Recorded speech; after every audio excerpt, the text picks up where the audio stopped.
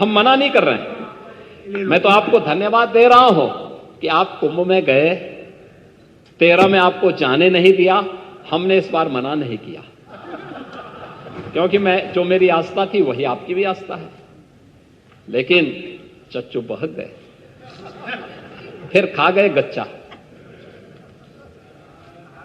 और चाहते थे लेकिन किस मुंह से जाएं, इसलिए चूक गए और पुण्य से भी वंचित हो गए। महोदय, बजट की अपनी एक थीम होती है, और 2025-26 के इस बजट को लेकर के जब बजट को प्रस्तुत किया था तो एक थीम के साथ प्रस्तुत किया था।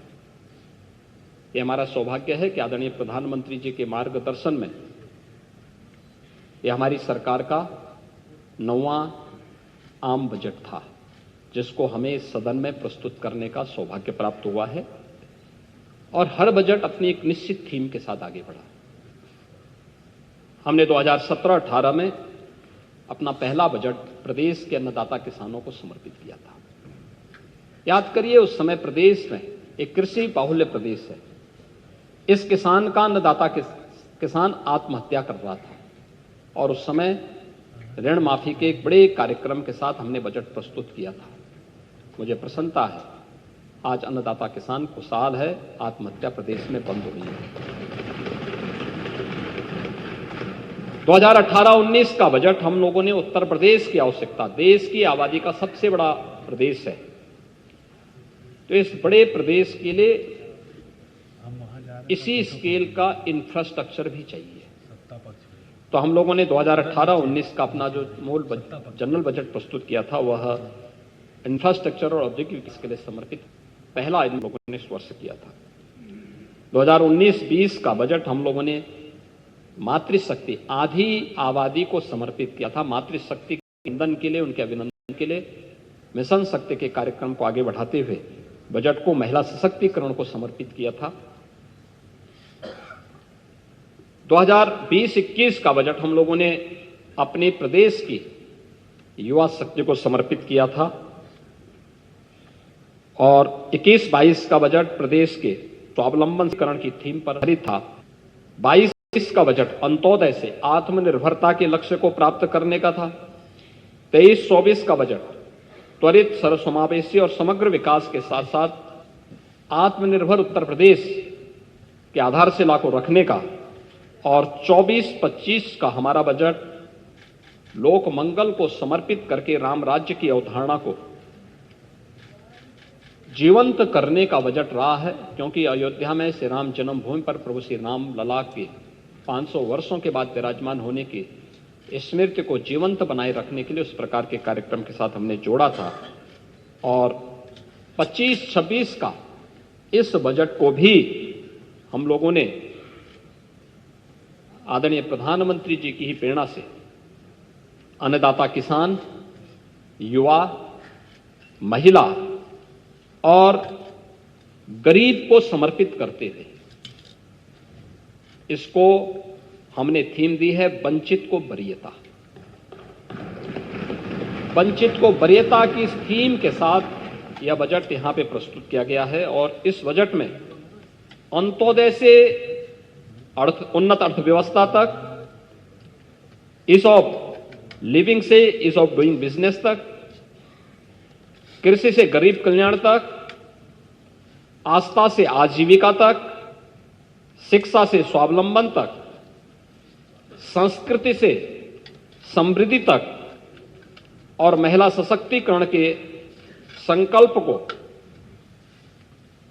पूरी प्रतिबद्धता के साथ आगे बढ़ाते हुए एक विकसित उत्तर प्रदेश की आधारशिला को मजबूत करने के संकल्प के साथ इस बजट को लेकर के हम लोग लेके आए हैं।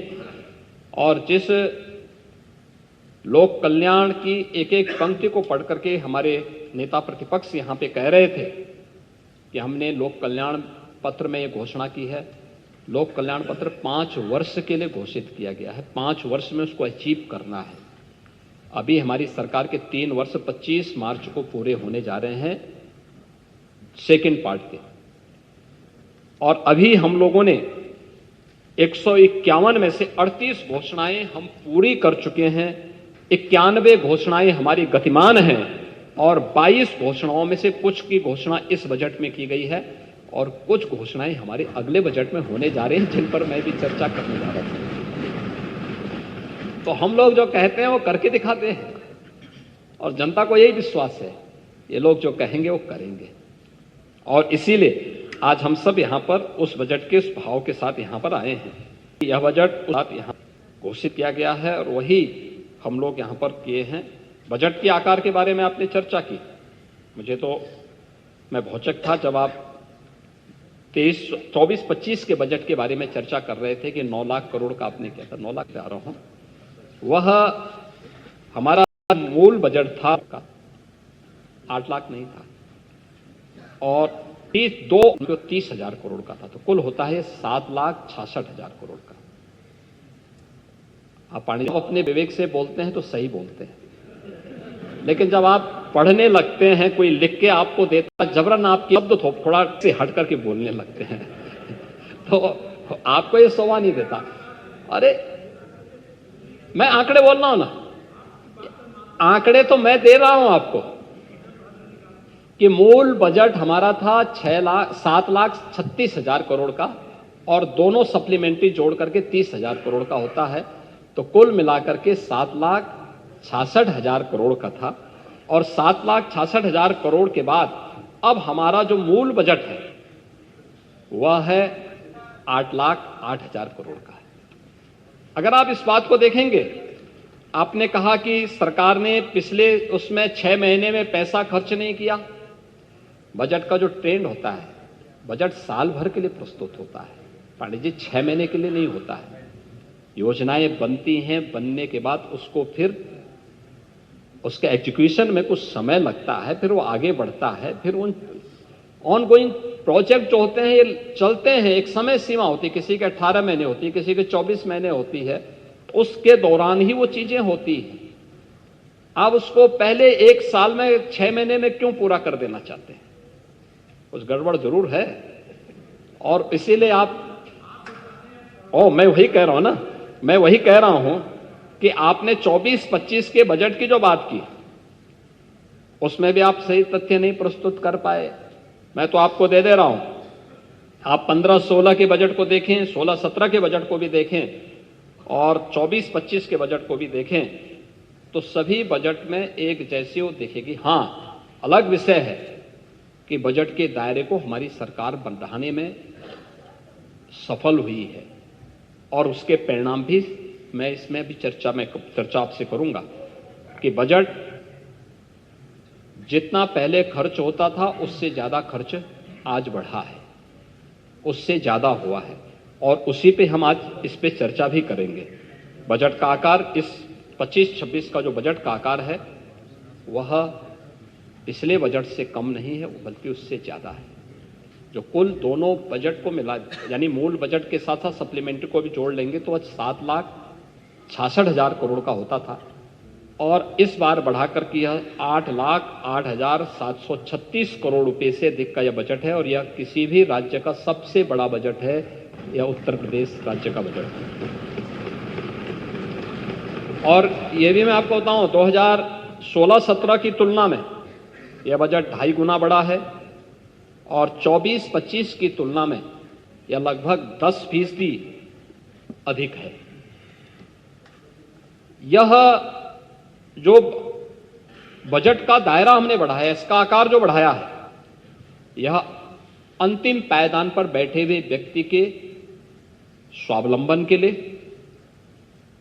प्रदेश के इंफ्रास्ट्रक्चर डेवलपमेंट के लिए, आम जन के जीवन स्तर को उठाने के लिए, उनको बुनियादी सुविधाओं से जोड़ने के लिए, प्रति व्यक्ति आय को बढ़ाने के लिए और उत्तर प्रदेश जैसे राज्य में आर्थिक विकास को तेज करने के लिए यह बजट हम लोगों ने इस बजट के दायरे को बढ़ाया है, जिसमें लोक कल्याण के साथ साथ अर्थव्यवस्था को विस्तार देने की एक प्रतिबद्धता इस बजट में दिखाई देती है। महोदय, अगर हम देखेंगे कि 2025-26 का जो बजट है 2016-17 की तुलना में हम देखेंगे तो इनके जो कुल रेवेन्यू कलेक्शन हो पाते थे वह 2,56,000 16-17 में इनका हो पाया था, 2,56,000 करोड़। लेकिन हमारी सरकार में जनवरी माह तक हम लोगों ने इस चालू वित्त वर्ष में जो अब तक कलेक्ट किया है वह 4,10,000 करोड़ रुपए से अधिक का है और यह निरंतर आगे बढ़ेगा। इसके साथ साथ बजट में जो सबसे महत्वपूर्ण बात है वो ये कि कैपिटल एक्सपेंडिचर के लिए जो सरकार ने पैसा उपलब्ध कराया है, जो रोजगार के सृजन में, इंफ्रास्ट्रक्चर और डेवलपमेंट में जिसकी बड़ी भूमिका होती है, वह इस बार 2,25,561 करोड़ 49 लाख रुपए यह इस बजट में इसका कैपिटल एक्सपेंडिचर में हम लोग इस पैसे को दे रहे हैं, जो इकोनॉमी को एक दिशा तय करता है, सप्लाई चेन को बेहतर करता है, उद्योग जगत को प्रोत्साहित करता है, निवेश को बढ़ाता है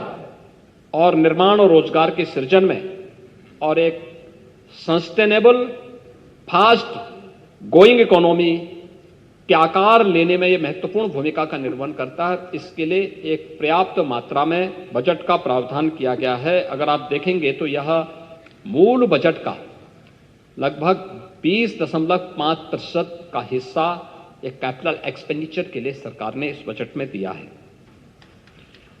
नई योजनाओं के लिए भी बजट में प्रावधान किया गया है, जिसमें 28,478 करोड़ 34 लाख रुपए का प्रावधान इसमें किया गया है और 16-17 की तुलना में अगर आप देखेंगे 3 वर्ष